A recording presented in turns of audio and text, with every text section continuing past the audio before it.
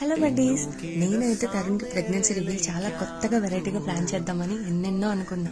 కానీ ఇలా తెలిసిన తర్వాత వెంటనే ఆ విషయం షేర్ చేసుకోకుండా ఉండలేకపోయా. అందుకే అప్పటికప్పుడు ఇలా ప్లాన్ చేసా. ఒక చిన్న ప్లేట్ లో చిన్ని దోశ, గారి, బజ్జీ పెట్టి తరుణ్కి ఇచ్చాను. కనిపెట్టాడో లేదో తరుణ్ రియాక్షన్ ఏంటో ఇక మీరే చూసేయండి. ఇది దోశ.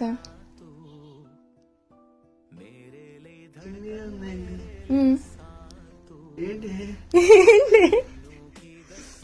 ఏంటి చెప్పు, ఎందుకు చిన్నగా ఉన్నాయి? ఎందుకు ఎందుకే